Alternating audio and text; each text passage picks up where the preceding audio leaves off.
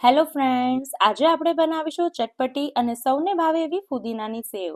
તેના માટે એક જારમાં ફુદીનો, મરચાં, સ્વાદ અનુસાર મીઠું અને જરૂરિયાત મુજબ પાણી એડ કરી ફુદીનાની ચટણી રેડી કરી લઈએ. ફુદીનાની ચટણી રેડી છે તો હવે તેને એક ત્રાસમાં ગાળી લઈએ.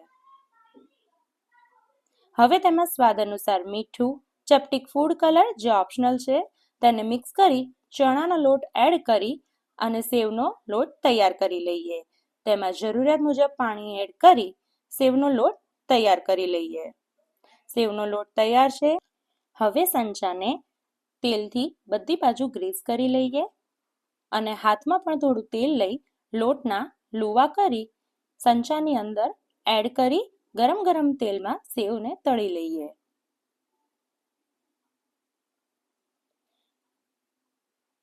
સેવને આપણે બંને બાજુ 1-1 મિનિટ સુધી ક્રિસ્પી થાય ત્યાં સુધી તળી લેશું. ફ્રેન્ડ્સ, આપણી એકદમ ચટપટી ફુદીનાની સેવ તૈયાર છે.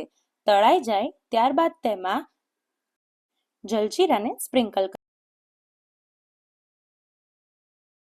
જો તમને મારા વિડીયો પસંદ આવે તો મારા વિડીયોને લાઇક, શેર અને મારી ચેનલને સબસ્ક્રાઇબ કરો.